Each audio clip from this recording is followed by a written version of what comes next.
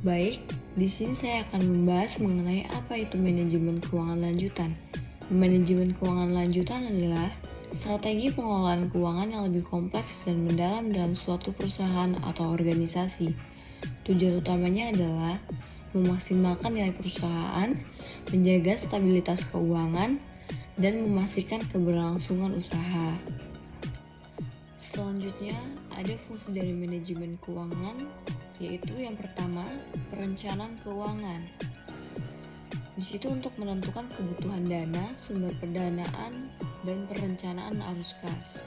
Yang kedua, penganggaran. Untuk mengalokasikan dana secara tepat untuk kegiatan operasional dan investasi. Yang ketiga, manajemen risiko keuangan. Untuk mengidentifikasi, menganalisis, dan mengambil langkah untuk minimalkan resiko, misalnya risiko suku bunga, valuta asing, dan sebagainya.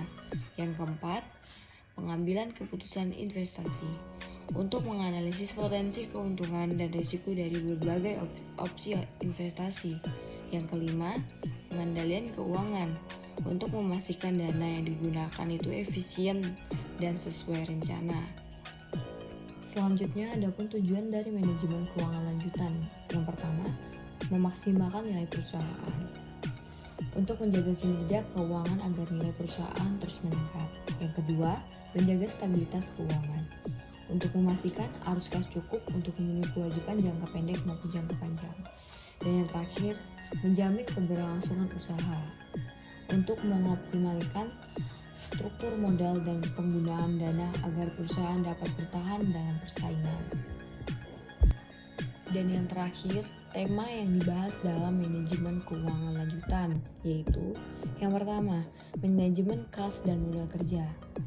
Mencakup cara pengelola kas, piutang, persediaan, dan utang jangka pendek. Yang kedua, keputusan investasi dan pendanaan. Untuk menganalisis investasi jangka panjang, misalnya pembelian aset, dan memilih sumber pendanaan, hutang atau ekuitas. Yang ketiga, analisis laporan keuangan. Untuk menggunakan laporan keuangan untuk menilai kinerja perusahaan, misalnya rasio keuangan. Yang keempat, manajemen risiko keuangan. Bagaimana perusahaan melindungi diri dari fluktuasi nilai tukar, suku bunga, dan risiko lainnya. Yang terakhir, struktur modal dan kebijakan dividen. Untuk menentukan komposisi hutang dan ekuitas yang optimal serta kebijakan pembagian laba. Dengan memahami dan menerapkan prinsip manajemen keuangan lanjutan, perusahaan dapat mengelola sumber daya finansialnya secara optimal, menghindari risiko yang merugikan, serta mencapai pertumbuhan yang berkelanjutan. Mungkin cukup ini saja yang bisa saya sampaikan. Semoga materi ini bermanfaat dan bisa membantu dalam memahami konsep manajemen keuangan lanjutan.